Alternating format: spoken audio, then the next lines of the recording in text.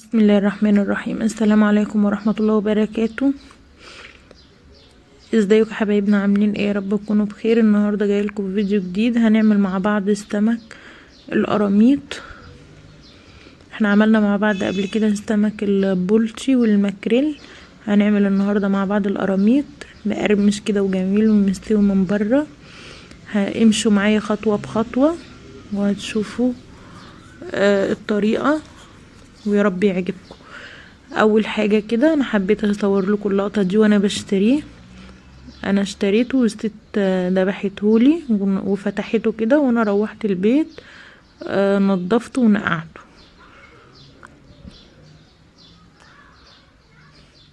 اشتركوا في القناه وفعلوا زر الجرس لو سمحتوا.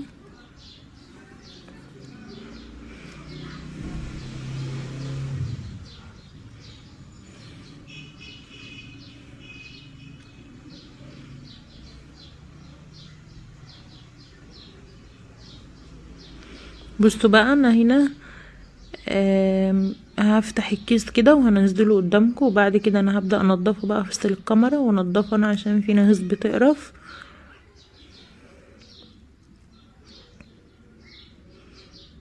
بصوا ما شاء الله جميل جدا ومبطرخ كده وحاجة جميلة ما شاء الله.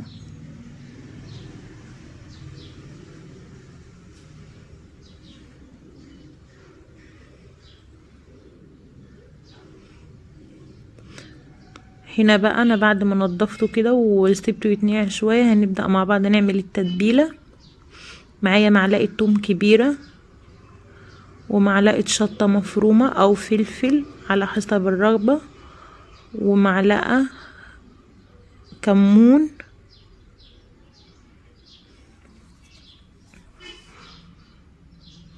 معلقه كمون كبيره كده، ونص معلقه كبيره من الملح، ومعايا ليمونتين كبار،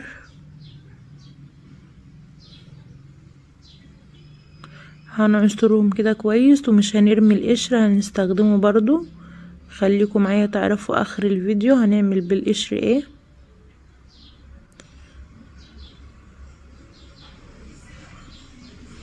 وهننزل بمعلقه صغيره من بهارات السمك. خلاص كده بقى هنقلبها وكده التتبيله بتاعتنا جاهزه. هنشوف السمك بقى بعد ما اتنقع كده. بصوا بقى ميته ما شاء الله. انا حطيت هنا بعد ما نضفته وغسلته كويس، حطيت عليه خل وملح وليمون ودقيق وميه وسبته يتنقع حوالي نص ساعه.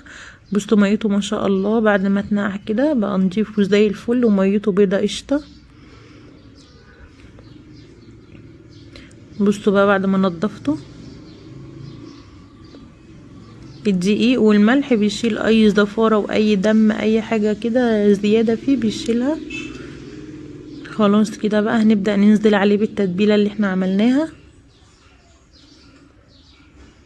ادعموني بلايك واشتراك في القناة وتفعيل زر الجرس لو سمحتوا. هنقلبه بقى كويس ونسيبه يتبل حوالي نص ساعة كده، وهنعصر عليه ليمونة كده كمان، وادي القشر بتاع الليمون برضه هنحطه معاه.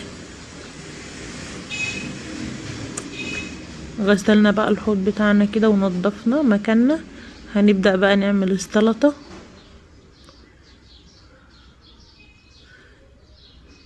هجيب حاجة بقى اغسلها الاول في قلبها كده. بصوا بقى عملت السلطة اهيت معاكم برضو. والسمك سيبناه اتبل حوالي نص ساعة. معايا ربع كيلو من الدقيق، ومعايا نص معلقة من بهارات السمك، ومعلقتين نشا، وقلبتهم كده كويس.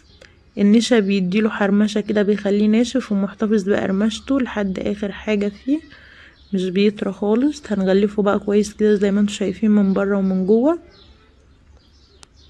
وطبعا انا حاطه الزيت على البوتاجاز بيسخن.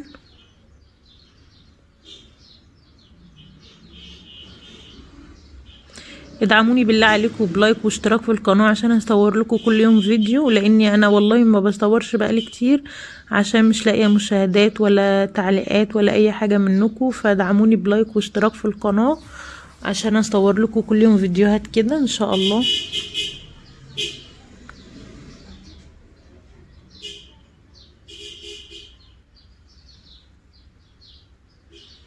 خلاص كده انا هخلص كل الكمية بقى. وهنا معايا الزيت سخن اهوت، هننزل بالسمك.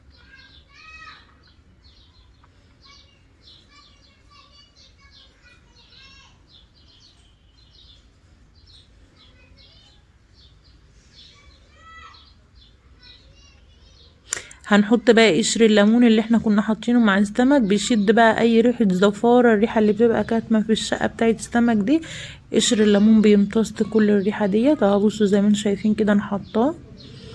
والسمك اهو بعد ما احمر هنحط بقى ورقة بيضة كده في الصينية، هتشد اي زيت في السمك عشان يفضل محتفظ بالقرمشة بتاعته. يلا يا رب يكون الفيديو عجبكم، اشتركوا في القناة وفعلوا زر الجرس. وهنا بقى انا هطلع كل الكمية وهوريها لكم.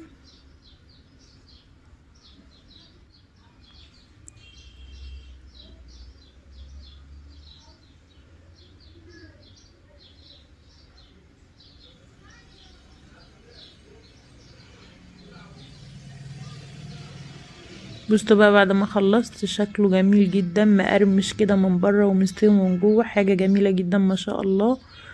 وبعد ما خلصت بقى رشيت على وشه كده بقدونس، جميل جدا. جربوه يا رب الطريقة تعجبكم. اهو بعد ما خلصت بقى خالص، منظره خرافة.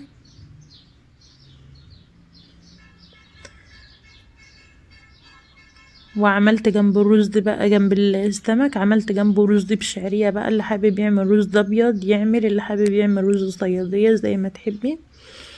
عملت رز كده وعملت سلطة.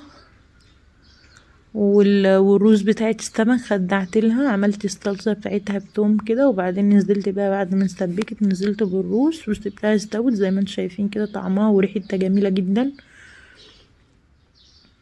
يا رب يكون الفيديو عجبكم.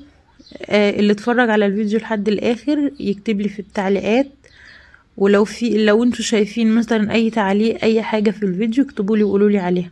شكرا لكم والسلام عليكم ورحمة الله وبركاته.